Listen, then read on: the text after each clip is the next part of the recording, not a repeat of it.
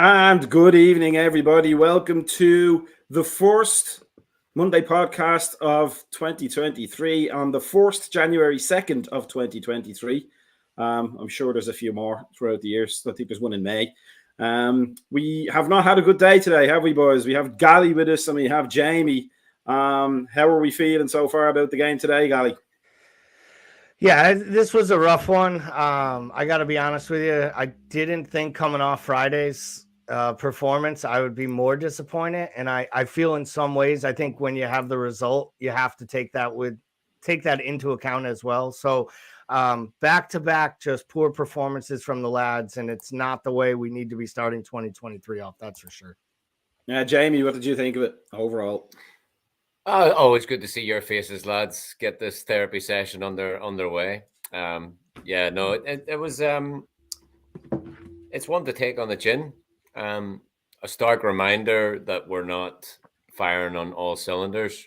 We're missing key clientele. We're missing effort, and that's the big thing, right? When you put on the shirt, the one thing all us fans want to see is that graft, and we're all kind of sick to the back teeth of the whole intensities our identity bullshit when you get performances like that, and that first 45 was one to remember. Probably for the best left in 2022 with the rest of the crap memories, but we move on. First of the year. Gally, I just want to pick up on something that Jamie said there and see what your thoughts on it are. We are missing players, but today we pretty much had our strongest two defenders on the field, our strongest right back and our first team goalkeeper, and yet we still conceded the first goal yet again. What do you think about that? Where do you think that's coming from? And why can't we fix it? Yeah, I think there's a combination. I mean, I would argue we conceded the first goal of the game, and if it wasn't for VAR, we could have conceded the second, third, and fourth goals of the game as well. You're in a really bad place when literally every time they score, you're trying to like quickly zoom back into, did it come off his hand before that own goal went in? Was he offsides? Like, what happened to the days where we didn't worry? We just went into matches and we weren't going to concede. I always find it hard. I always find it easy to blame the defense anytime Virgil looks human. And he looked beyond human today. He looked pedestrian. He looked like a regular human. He got subbed off, and we'll get into the and I'm going to use air quotes, calling it an injury, a precautionary injury, because honestly, I think he got yanked as much on merit and play as he did for the fact that he felt something. I thought he was absolutely, for the first 45 minutes, the worst player on the pitch. And I think that when you rely on your vocal leader at center back to lead and command the presence, I feel like when he is not at top form, everyone goes a step below. And I think we saw it with Konate at times today. And I really think you saw it with Costas. I thought Costas was shockingly bad as well. And that didn't help Virgil because he had to cover for him all match. So if you ask me where I think that first goal was conceded from today, I think it was the weak play down the left-hand side of our defense. And I think that Wisa is still grinning from ear to ear thinking he has chances to score. Jamie, just to kind of expand that point a little bit from Gally, it was something I thought during the game. Wisa scored a goal. He had a goal chalked off for offside. At what point do you think does somebody take responsibility and say, we have to watch this guy? He's already hurt us. Even if he didn't get away with it, he's clearly a danger. Where does the leadership come from there? Does it come on the pitch, or should it necessarily come from the sidelines? I mean, if you're having to ask yourself that question mid-game, it's probably too late. I don't think it's down to certain individuals that this game was won or lost. I think everyone to a man in the home stadium wanted that more. And yeah, I mean, fair enough. Wissa done the magic tonight. But he's not known for his finishing. He hasn't got a great return. So I don't necessarily think it's down to one player or down to one player on our side who's missed the boat or missed the memo. I mean, I know certain players will get the headlines and certain players will be examined under the microscope, and that's probably fair enough. In terms of Virgil van Dijk's performance, we can definitely afford ourselves to look into his injury to his ego or to his thigh, whichever came first, the chicken and the egg, right? I mean, I don't know. Right. I don't necessarily put it down to one person that we won or lost this game, but if you're having to ask those sorts of questions mid-game, I think it's too late, and you need your players to stand up and take account of themselves. I'm sure we'll get on to Klopp's responses. I know we're all over the place here tonight, but look, it's a hard one to take, and performance levels were low. So, yeah, I don't know. Man marking isn't our style, so I don't know if we were gonna, focus on Wissa, but yeah, got a couple of goals tonight, didn't they? But at the same time, though, Jamie and Gally, we've all played the game to various levels, but reasonable levels, I think. And you don't usually get scouting in schoolboy and schoolgirl football. You'll play a team, maybe you'll play them again next year, you'll identify somebody who's dangerous. But most of the time, you have to figure it out as the game goes on. As much as we don't man mark, at the same time, when somebody is clearly getting space, you kind of have to close that space around you on the fly, don't you? You need somebody to say, just pay a little bit of extra attention to this guy. And we didn't. If schoolboy coaches and schoolgirl coaches up and down the land in America and England and Ireland and France, Spain and everywhere else can get that kind of thing right, why couldn't Klopp? Yeah, I think what it comes down to there is that, we looked like we were going to concede on every single set piece they had. I mean, literally, they almost scored on the first two corners before the corner that yielded the own goal. Ali made the great save, and then there was the one with I think it was Trent had a goal line clearance. I mean, we looked like we were at 6s and 7s anytime they came forward at us. It wasn't just, it felt like the man marking on the set pieces. We just didn't look like we were organized. And, you talk about, schoolboy and boy girl, football, you don't get the scouting. Well, this is advanced scouting at the highest level. They spent every minute from the moment they recovered from the Leicester match planning tactically to attack this side without Ivan Toney. And somehow, without their flat track bully, we got bullied off the pitch. Like, to me, it's scary how bad this could have been if Toney got to play. Jamie, in terms of, Gally makes a great point there. We literally have been planning this from the second the final whistle was blown till the kickoff today. We knew what we were going to get. There's no surprises with Brentford. They're a direct team. I love watching them play because I'm a huge fan of direct play, as anybody who grew up in 1980s Ireland with Jack Charlton would attest to. It has its uses if it's done well. But at the same time, I mean, we are Liverpool. We are recent league champions and recent Champions League champions and just came out with Champions League final last season. Why couldn't we get that right, Jamie? I mean, it all counts for nothing. It's all on the day, right? And I mean, we talk about scouting. We know how Brentford are going to play. Everybody and their dog knows how Brentford are going to play. They're going to try and overload the wings. They're going to try and hit us on offensive set pieces. And they've done well. And they are direct and they are strong. And they're in form up against the big six, as it's called. There's your air quote brackets, Gally. The big six. They've done very well. We should have had our scouting done since the 3-3. Do you know what I mean? We know how to set up against these teams.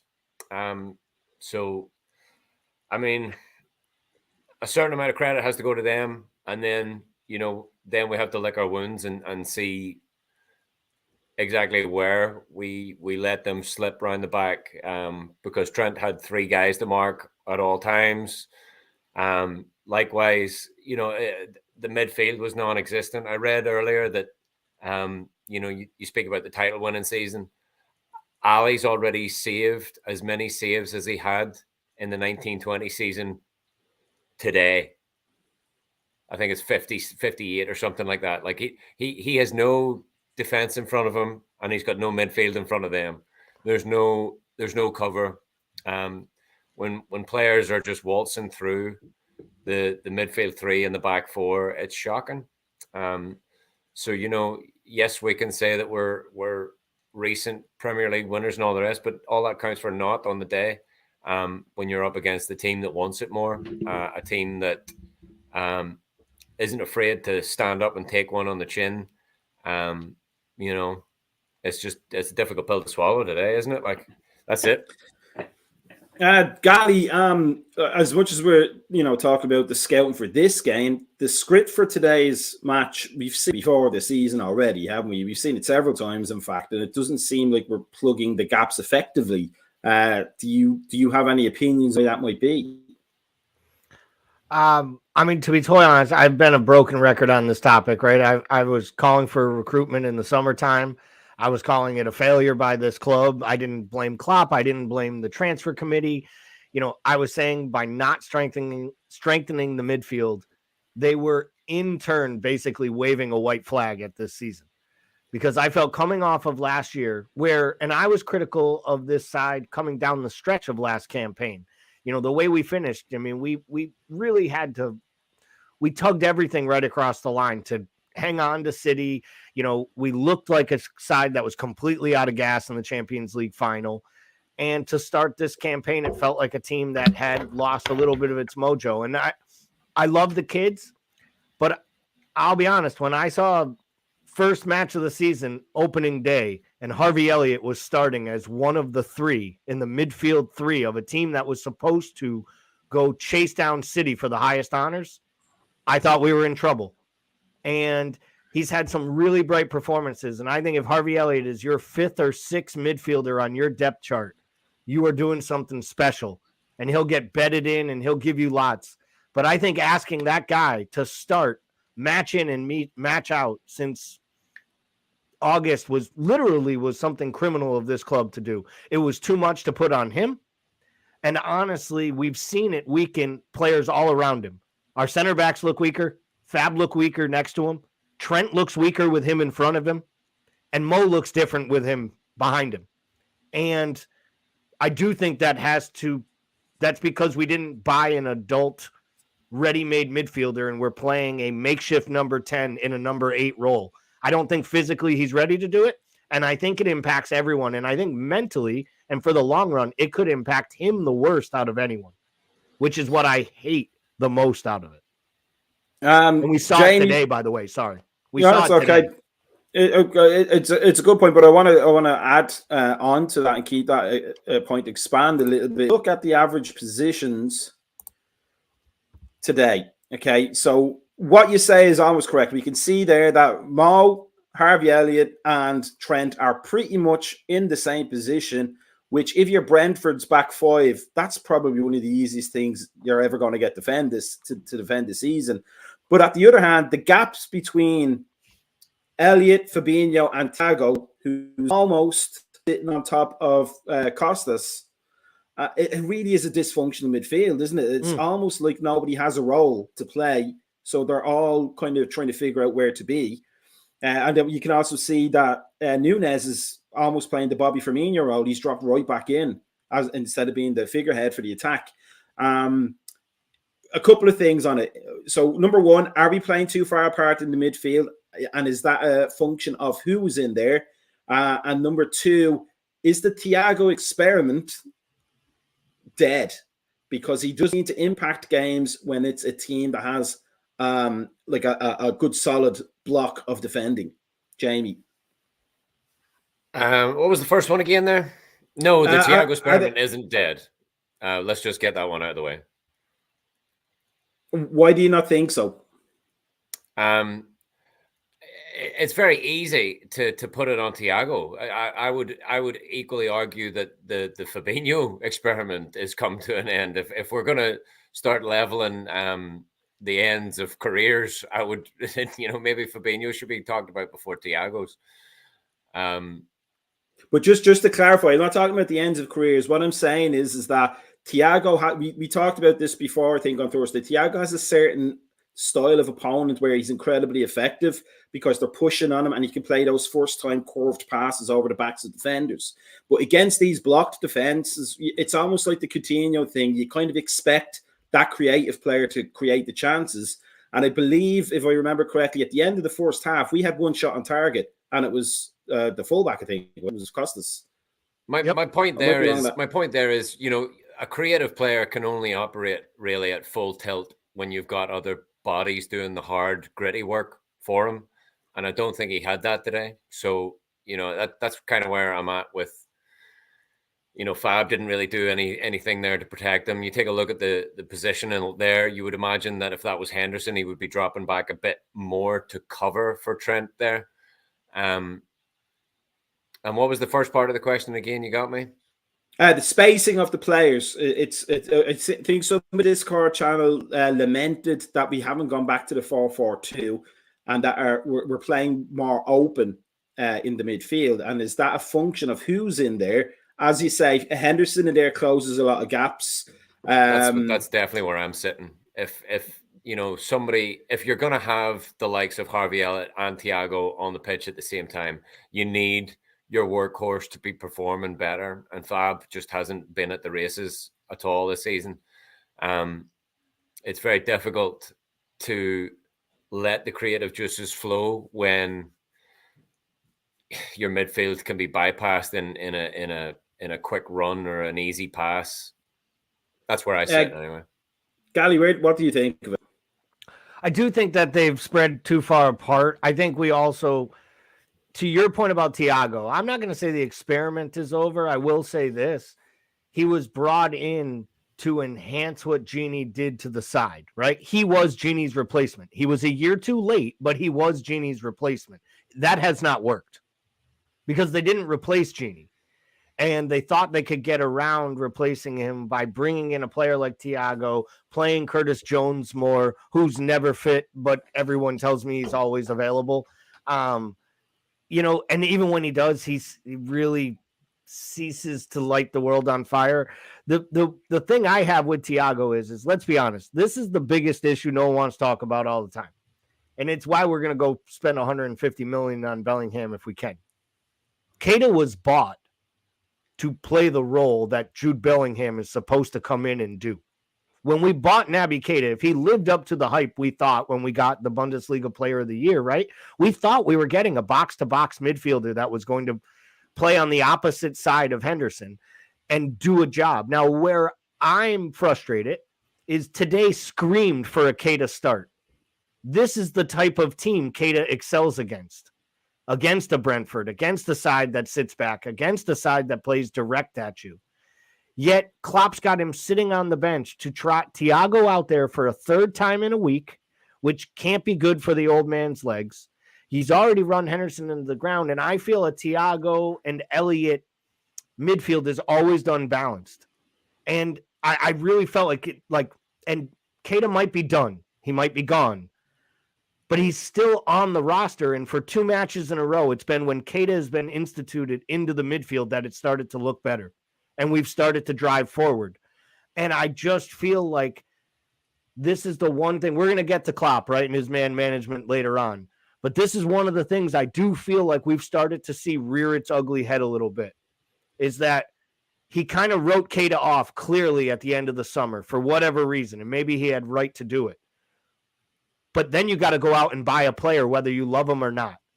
And waiting to get Arthur Melo 5 minutes before the deadline ends, and then sending Keita to Siberia and not putting him on your Champions League roster. That wasn't a way to give him a shot back in. And I feel like that kind of ran him out.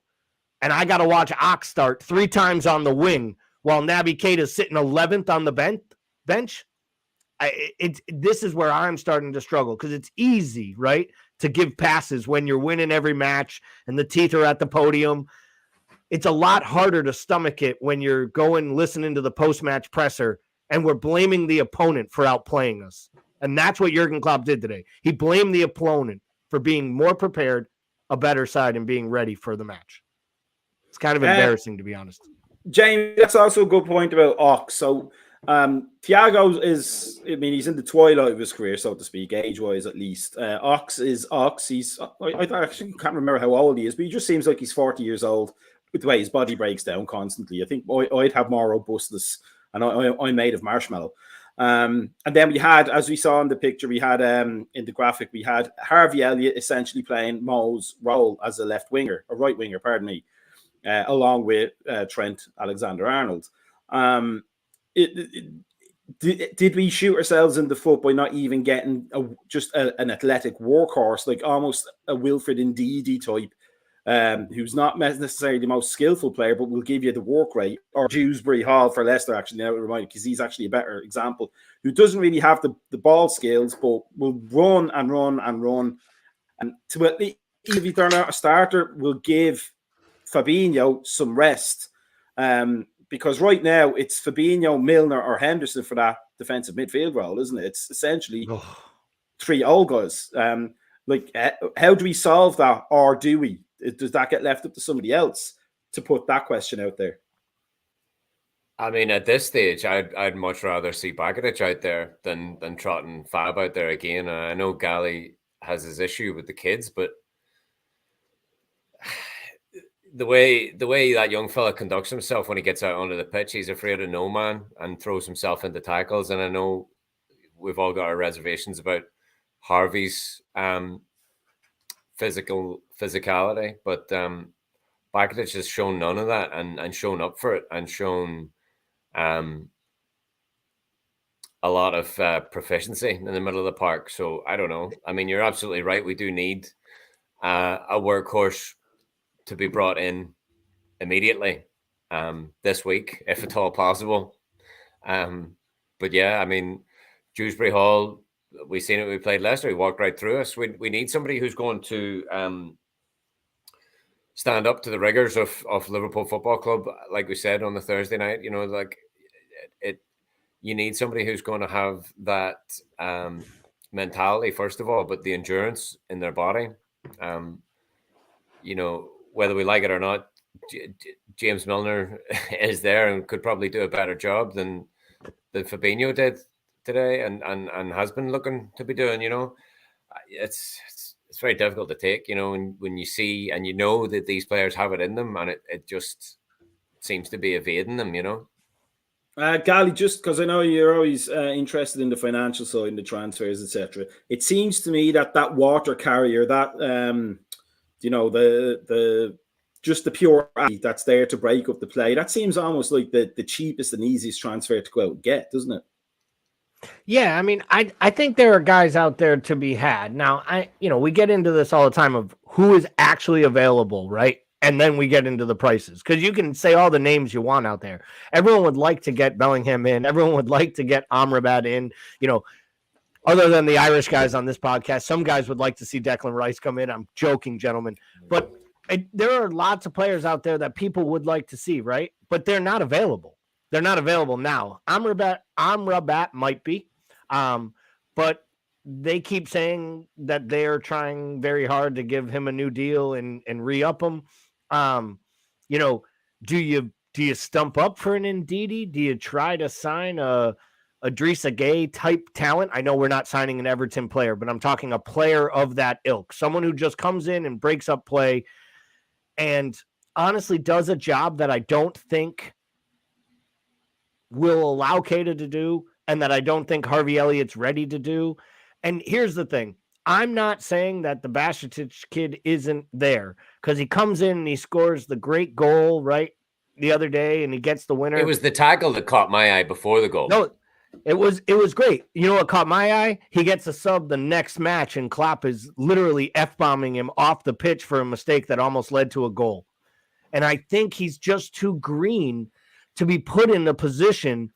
See, my problem is we need Fab to get back to his best, because our defense right now is so shaky. It needs a shield in front of it. It used to be they played off of each other. They made Fab better by knowing if he missed a tackle, they'd bail him out behind him. And they knew that they could dive in on something because he was there to shield them off and help. And I just don't feel like there's any confidence right now around the base. Where I would argue it a little is I think Fab's actually looked better in the last couple matches. Now, maybe that's because everybody around him, between Henderson, Elliott, and Thiago in the last couple matches, have looked so poor. I thought he's actually looked okay and starting to get a little bit back to his level. If we start playing the Bajcetic kid in the 6 right now, we're playing a 19-year-old in critical minutes. We might as well prepare for the best case scenario to be playing in the Europa League next year. Because if we want to get back to the Champions League, we're going to have to push our senior level players, in my opinion, because this is going to take something that we haven't had in quite a few years. We are in for like a real fight. It was one thing with all the injuries and playing midfielders at center back. We had excuses built in. There's no excuses built into this team, except for letting the club down and the badge on the front of the jersey down. To me, this is, if they don't get top 4, this is epic failure from everyone from the board to the boot guy. Jamie, let's take a slight meander from that point. Here's my question. We lost Michael Edwards there a while back, and then his replacement is leaving. I can never remember his replacement's name. He wasn't Julian Ward. Savvy. Julian Ward. He's not as media savvy. But he does sound like a 1970s photographer. But are we in trouble transfer-wise? Have we lost the mojo in terms of transfers, or is this just a kink in the line? It's possibly a bit too early to tell, given that it's, the second day of the year. But until this window closes and until the next window closes, I think then the writing will be on the wall by then. Klopp has apparently an iPad full of potential players. So it's about time that list was revised and looked over and with a lot of dead weight hanging around the club that needs to get shifted out. Realistically, we could do with an influx of talent. So time will definitely tell. End of this window, possibly not, because already people are talking about we're one and done in the transfer window, which to me sounds like it could happen. Historically, we haven't got the checkbook out, and a lot of us are getting fed up with that. So I think time will tell, especially when the summer comes around. This window is important for me. I think we still, if we're going to get a workhorse in, we need to do it early rather than wait to deadline day and shoot ourselves yet again in the foot. But definitely summertime is going to be key. A lot of weight right now has been placed in Bellingham's hands, and listen, if it happens, fantastic. If it doesn't, I want to see 3 to 4 quality signings come in. And even if Bellingham does come in, I still want to see 1 or 2 more. Bellingham by no means is this magic wave of the wand. It's not all just going to happen. He is a brilliant talent, but nobody sorts this kind of fuck up overnight, because we are, Galley's not wrong. We are staring at, there's a long way to go in the season, but we're staring down the barrel of the gun right now. If things don't go the way we want, it could potentially set us back a couple of years when, in all honesty, the writing has been on the wall. We needed to splash the cash. We haven't bought a midfielder, and the fact that Naby Keita is still our most expensive midfielder is absolute. It's madness. Gally, just in terms of, we talk about the transfer window starting, let's say, but they can be doing their work long before the actual official day and then register and sign the players on the day. It doesn't seem like we've done any work, does it? We almost like we reacted to Gakpo from the World Cup more than somebody who was on the radar for a long time. Because you would think if we had identified the problem areas, we would have 3 signings ready to go on the 1st of January or whenever the date is. Do you think we're dropping the ball a little bit? Yeah, I couldn't agree with you more. The Gakpo signing lets you know they can get the work done early if they want to. It also lets you know, from, if you believe the reports, They literally got into the bidding on like Tuesday and closed the damn thing on like Thursday afternoon. It was like bing bang. They said it was like a 72-hour total transfer. But does that not raise a massive red flag anyway? Like that's reactionary, not proactive, you know? Well, but I think that they had the player on their radar. I think they heard the player was going to go to United possibly, and the fee was X. And I think they looked at the player's skill sets. They looked at that it was only 37 million. And they thought to themselves, wait, he's willing to sign a deal. He wants to come here. We can sign him. We can hurt a rival going for top 4. And oh, by the way, we need a left winger right now because our 2 left wingers are out. And I also think this speaks a little bit more. I think they think the Diaz injury might be a lot worse. Like we're saying April, and they might be thinking like April is if it all works out. But if we could, we might like to just shut him down as much as possible towards the end of the season and let him come back in August fully healthy. Because, I mean, it was a major injury. Then it was a setback. And anyone who's ever had a knee or a structural issue, Jamie, I think you've had some knees, right? You've had knee surgeries, haven't you, in your days playing? No knee surgery, but I did tear my. It was an ACL avulsion. So what it does is it ripped the tendon from the bone. Luckily enough, no surgery was needed. It was able to grow back. But yeah, I mean, if you re-aggravate a serious injury like that, you're done. That was kind of where I was going, is you don't really know until you let it heal. And I think this is a little bit, I hate to say it, it's a little bit of insurance. I also think we needed a 5th or 6th attacker, and we don't know if Bobby's going to re-sign. We want him to, but we don't know he's going to. The kid plays all the positions. The Gakpo thing makes sense to me. But I said this the day they signed him. I'm only okay with this signing if you get me a midfielder by the end of the window. If you tell me that 40 million was all we had to spend, you are derelict to your duties and you've let me down as a supporter of this club. And, they kept saying the funds would be available because the need was there. Now you gotta, I've been defending FSG for a decade. Time to put your money up where your mouth is. Because I was in their stupid stadium watching, funnily enough, watching their hockey team play against the Boston Bruins today at Fenway Park in their stadium. Because I was at the Winter Classic, and it was a good time. And the only thing that made it at all appealing was I was able to get the Liverpool game turned on in the suite that we were on. And they were all mad at me for getting the hockey game outside turned off. And I was like, well, you people are effing here. Go outside and watch the goddamn game. I'm going to sit in here and watch a real sport. But just to add to Jamie's red flag point, I mean, and it combines both of your points there. If all we end up doing is buying Gakpo and not any of the deficiencies we need, I mean, we still need a backup, a proper functioning backup right now for Trent Alexander-Arnold. It's not Gomez. And it's not the young lad who got injured because he's injured. He's healthy. He's healthy. Oh, he's healthy. There you go. He just refuses. He refuses to play him. He plays him with the youth teams. He looks good. This is what's maddening.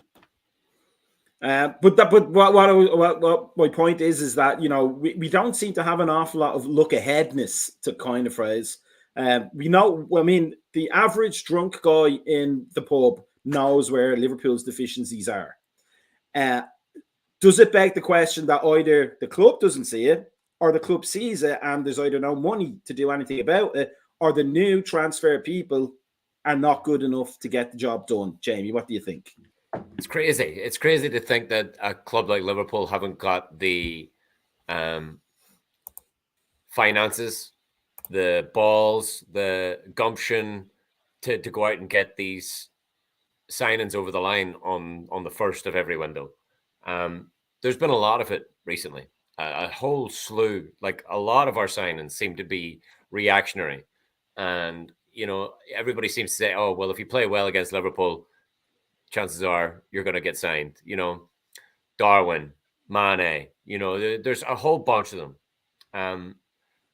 It's a wonder. Everybody keeps or in the past had waxed lyrical about how good Julian Ward was, about how good Michael Edwards was getting the signings that we did over the line. The style of business, the pay structure, everything. You know, we're still paying Wolves for Jota, for fuck's sake.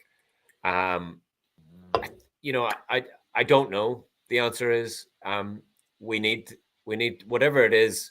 If Klopp has got more fingers in the pies right now, we need to, you know, somebody needs a fire lighting under their arse, basically, because we need, you know, I know Ramsey, the issue there. You know, he could be protecting him. The last thing you want to do is ruin a 19-year-old's career.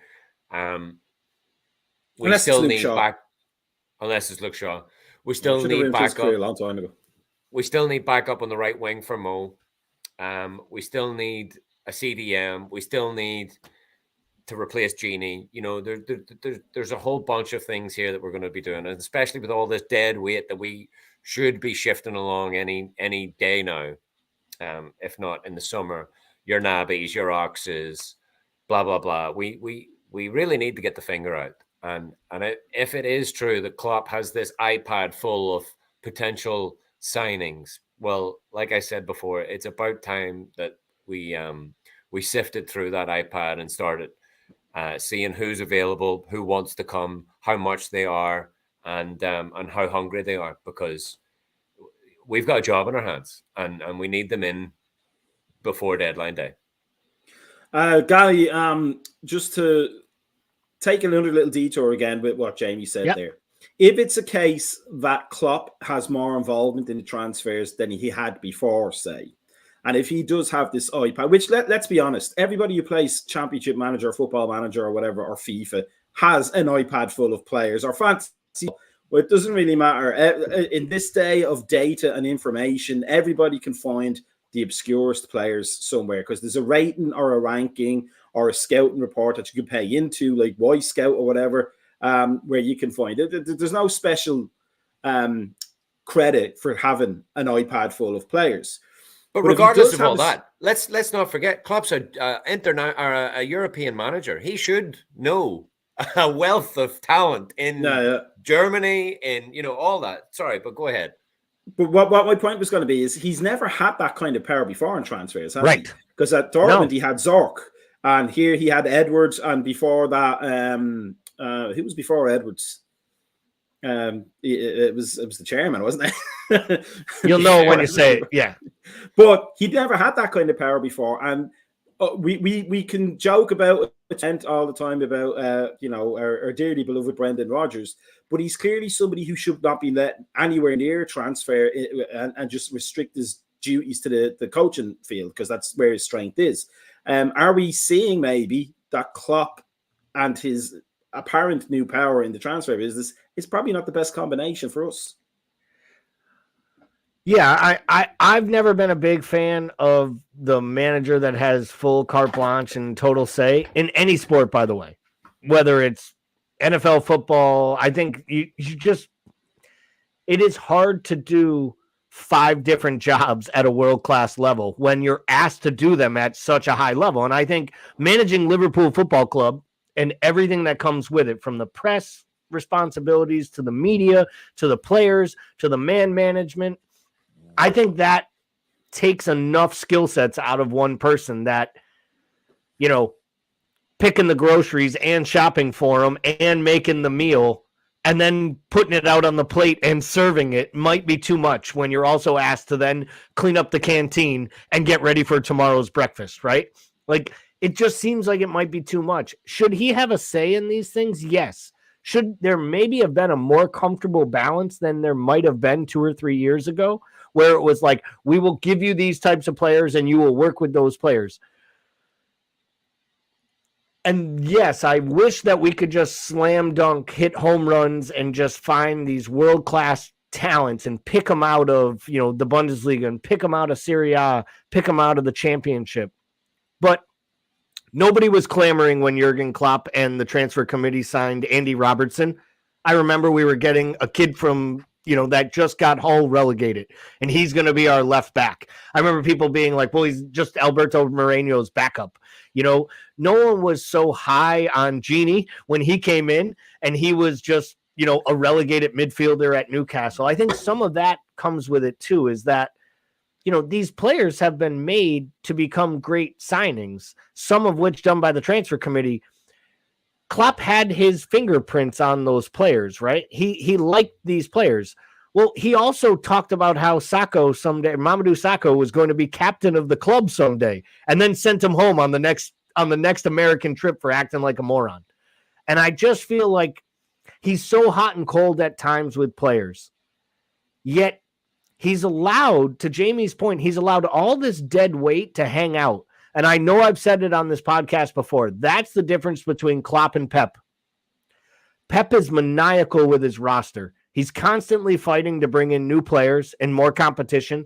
And he jettisons players as soon as he thinks they are no longer fit for the task. Ox should have been pushed out of this club 2 or 3 years ago. To Jamie's point, Naby probably should have been pushed out. We should have pushed Phillips out when he had high value.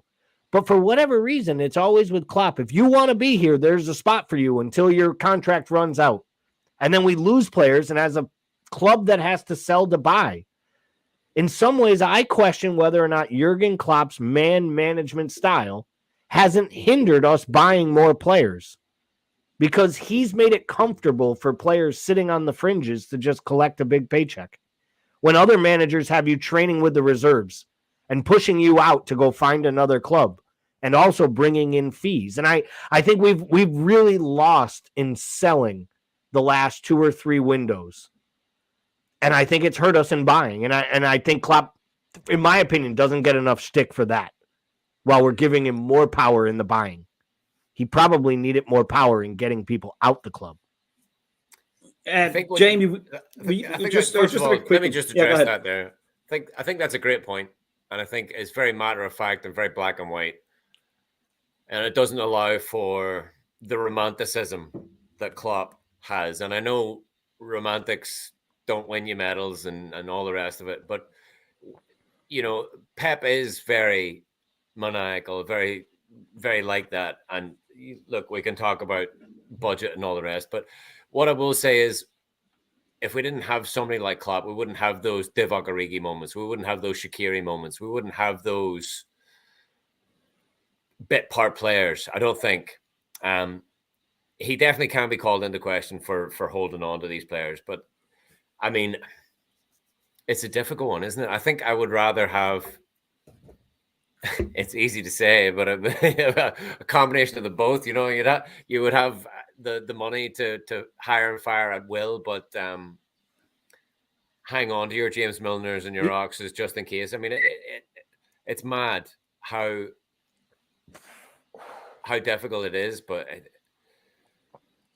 difficult. Like, managing a squad, I think I would much rather have Klopp style than Pep style, even with all the medals and bullshit that come with it.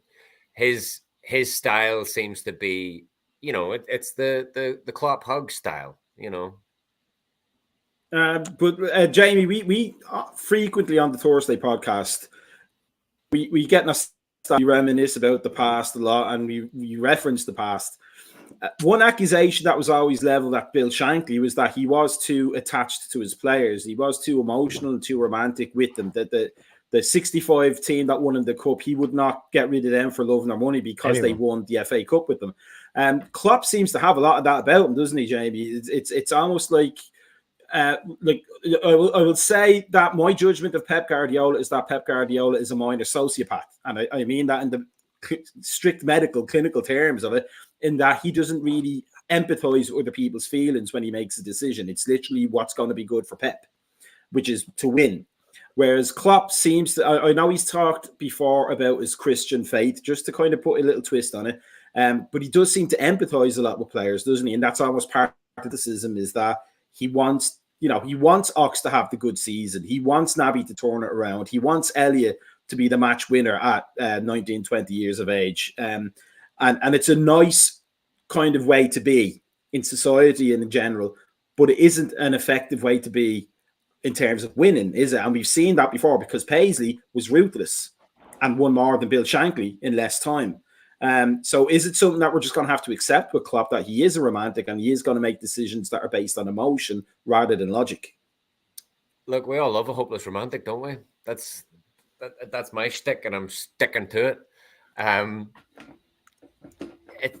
It must be difficult to be a manager on top form. And look, Klopp has his fingers in all the pies with the transfers, and we all know that he pushed over the line for VVD. We waited for him, and he once he wants a player, he wants a player, and has a hard time kind of veering off track with that. But I mean, he does have a great backroom staff, and Gallian, you know that too. You met Big John Achterberg, but like, you know, Peter, Pep, they're all. It is a big family, and that's kind of where I'm at. I kind of, as ruthless as Pep is, and as much money as they have, they can go out and do and buy whoever. Maybe that is just the red tinted glasses that I wear on a day-to-day basis. That is my Liverpool fandom and my Liverpool life. I'd much rather have that than not. I would much rather have a manager that would, like I say this all the time, you would run through a brick wall for Klopp. It just seems to be right now. I don't know why players aren't doing it.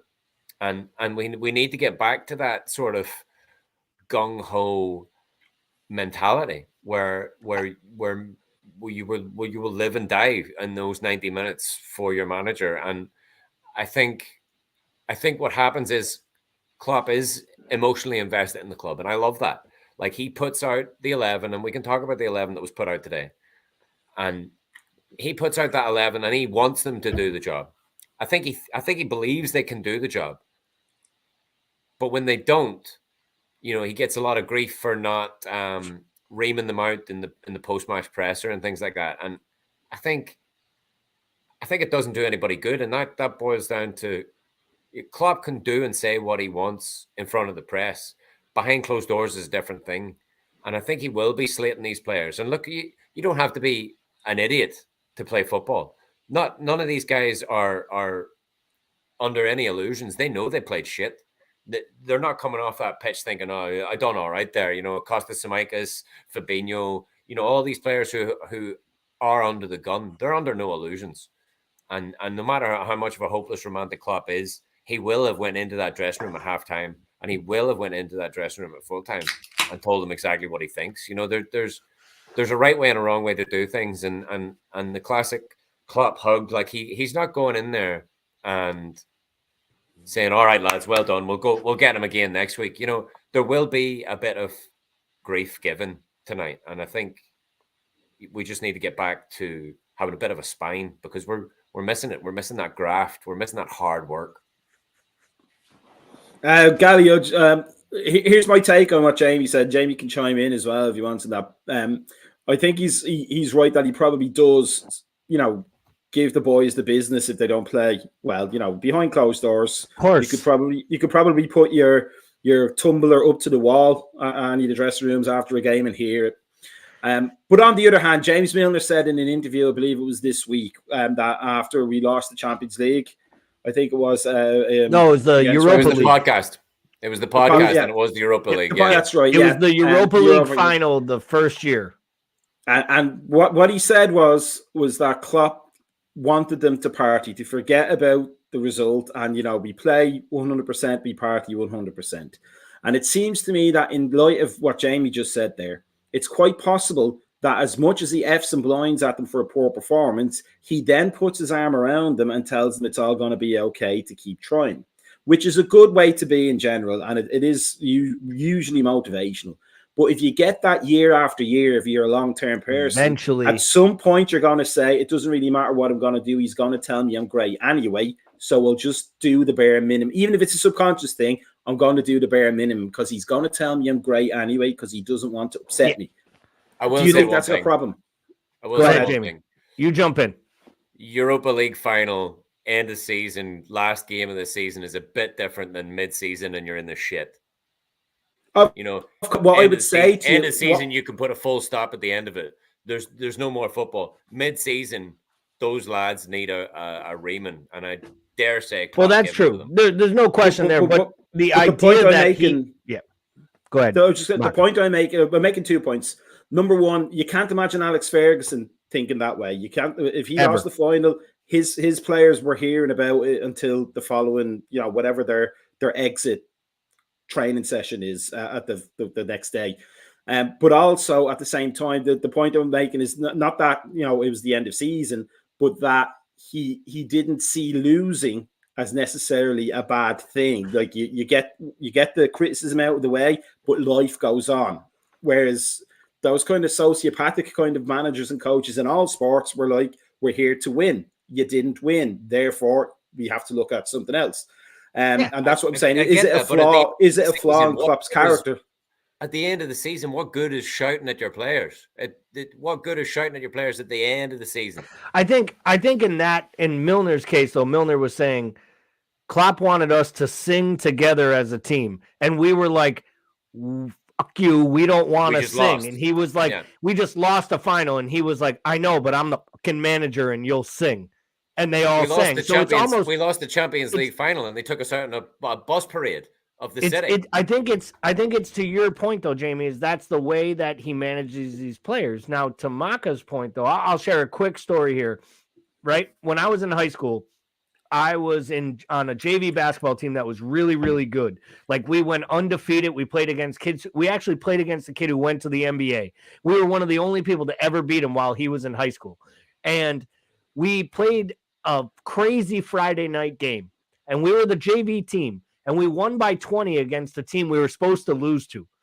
And everyone knew in town we were having these huge parties, right? And the varsity team lost by like 40 points and embarrassed themselves. The next morning, we showed up at like 8 a.m. for practice on school vacation. And we, the winning team, ran suicides up and down the court until the first guy got sick because they knew we were going out drinking as high school kids. And the varsity team that lost by 30 showed up to literally donuts and coffee. And we were all like, what the bleep? But at the end of the year, our team went undefeated and they let themselves down. But their coach coached them that way. And I think to Maka's point, there is a point where you start to get you get too many hugs. You get too many cuddles on the sidelines, whether you're getting yelled at or not. We might have lost Maka. If we did, we'll hold out until he jumps back in. But you know what I mean, Jamin? I'm not saying that's Klopp. I don't think he's lost this team. That's not my point. But where my point of that story was that there is a time where too much love and too much cuddles, where the message just starts to get lost. And I worry. I never wanted to say it, but I do worry that we are at the exact 7 to 8 year window that Klopp ended his time in Mainz poorly. He ended his time at Dortmund, and it's not that different. What we're seeing on the pitch and in the transfer, and guys just looking gas tired, mentally unable to keep up with his managing style and the play on the pitch. I don't want it to be the case. It's why I think we need 4 or 5 players, because I don't want a new manager.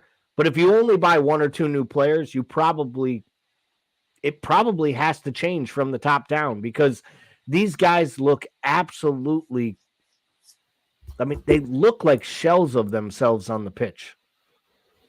Just glad to kind of add, it was the talk about the warm hugs. It set me off. It was an emotional experience. But just to add like to that as another example is that a few of Shankly's players that were there for a long time, I think, said, I think Ian St. John was one who said it, and Ron Yates said it as well. At some point, all his great speeches and his great psychologies with the players, they'd seen it all before and it stopped working with them. And I think Tommy Smith was one of the biggest ones as well, because they had a falling out in 1974, I think it was 73, 74, which they repaired. But it was a case of, I've seen all this before, and it's just stopped being effective for me, which is, I think, to add to your point there, Gali, and then to put it onto Jamie there, you don't want to replace the manager. But if you're above Klopp in the echelons and you're looking at the performance of the team and hopefully thinking this way, do you think you should be saying, we don't want to get rid of Klopp, let's start getting rid of some of these players and replacing them with players who don't know the message yet, and maybe will get us back up to there? What do you think, Jamie? Look, to kind of put a final nail on it, look, if you're the Sir Alex type and the hairdryer is all you know, that wanes on players too. If that's all you know is being shouted at, then look, I've in what is it, Inglorious Bastards, I've been chewed out before. Like it. I think Klopp has that two sides to his coin. Like we all can see the passion that Klopp has. He can be angry, but he can also throw the arm around you. I don't think I would ever see Sir Alex throwing the arm around too many. I don't think I would see Pep giving too many hugs out. I think behind closed doors is a different thing. In front of the media is a different thing. Like I think Klopp can use both of those tactics to his ability. So I think in thinking that Klopp's too nicey and too much of a field romantic, I think you're maybe looking too closely. But I think but just I thought that's not what I'm saying though. I'm not saying he's too nicey. What I'm saying is that when he gives you the hairdryer, he throws his arm around you and then tells you that you're still a good player. Whereas Alex Ferguson will tell you you're crap, and that's the message you get until you improve. But on top of that, he'll also get rid of players. And Pep does the same as well, as you mentioned. Get rid of players who aren't hearing the message anymore. Whereas Klopp seems to be very emotionally attached to the players. And even if they're not getting the message, he still thinks there's a chance they might. And that's what I'm saying. It's not that he's too nice. It's that he's too emotionally invested in the players. He's not a sociopath. I mean, he's got rid of players in the past. It's not that he hasn't. Who'd they sell? What was the last player they sold for a real? He got rid of Mamadou, didn't he? We broke up. He sent him home and then put him out on loan and then sold him for nothing. If anything, he lost him by not utilizing and selling a player at a height. We let Emerjan walk for nothing. Could have got a fee for him. We've allowed Ox to linger here for 3+ years without getting a fee for him. We're not going to get a fee for Keita, even though, to your point, Jamie, he's our all-time biggest buy, and someone like Milan last summer would have gave us $20 million. We would have recouped something. The only sales we've had has been us fleecing other clubs for youngsters that we built up because Klopp is really good at building people up and then got rid of before their value showed. Solanke's a good example. Jordan Ives a good example. Harry Wilson's a good example. I mean, the only profits we've made have been selling current players. We haven't, Mane somewhat, but to be honest, if you're going to sell Mane, we probably sold him a year too early because the year before we probably would have fetched 60-70 million, but we have to sell to buy. The thing is, we shouldn't be a selling club anymore. And to your Naby point, I mean, look, we're all very grateful we've got Naby Keita right now. I mean, I'm on board with what you're saying. We could have made some money off him, but the fact of the matter is, we spent 50 million on him. We've probably got as much blood out of that stone as we're ever going to get. And for the next couple of months, we can be very thankful we've got him because we're in the market for a midfielder. And I don't disagree, Jamie. My point is the whole thing with Klopp and the moves is whether the message is getting lost. Something has happened where these players are no longer able to get up to the level that is required to play in his system. So we either needed some recruitment, and he's signed 3 extensions since coming to Liverpool. So I don't want to hear that he doesn't believe in the owners or he doesn't believe in the recruitment strategy. So he's got some say in this too. I don't think he needs to go.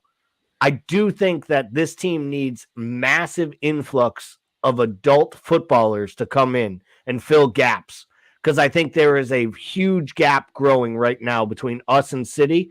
And unfortunately, there's a new player on that block, because right now, top to bottom, Arsenal has jumped us as a club. They have more talent top to bottom than we do. They are a more balanced side than us top to bottom. And I think over the next 4 to 5 years, they're more equipped to compete at the top level of this league than we are. And we know City is the animal that is. So, with Newcastle and United coming along, I just feel like this is a precipice time for this club. I think this next 6 months is probably the biggest time in Klopp's tenure at Liverpool, honestly. These next 6 months leading up to June. For me, I'm just going to say one more thing. For me, I think it boils down to a lot of it's on the players now. Like, I think a lot of fans want to blame Klopp for this, want to blame Klopp for that. There's only so much that man can do. He sends the 11 out. It's on them to perform. I think there's a lot of players that are just on standby right now. And I think if those players were to answer a certain few questions honestly, then there would be much more graft, much more effort put in. I think to wrap it up for tonight, it just remains to be said they don't have enough threshold questions, Jamie. That's probably what the problem is. They don't have enough. Would you rather have Nunez's hair or teeth? But yes, it's that's a good one.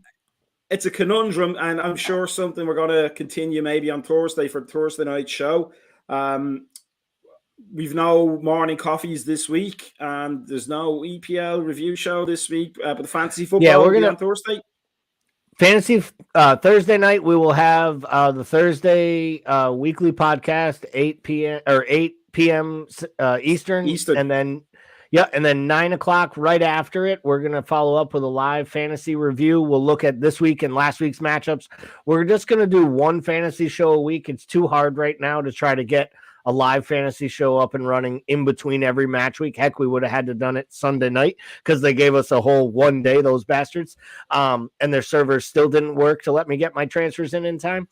But we're going to have that fantasy show Thursday night, and we would love to start to see some more interaction on that following your guys' great podcast. So, and then this week, that will probably be it. There'll be no morning coffee this week or a portion of next week until Timuchin is back from vacation. So we'll make sure and get a post out on Facebook, Twitter, and Instagram, letting everyone know the night before we go back live with the morning shows. So next American Scouser content will be Thursday night with you guys at 8 o'clock.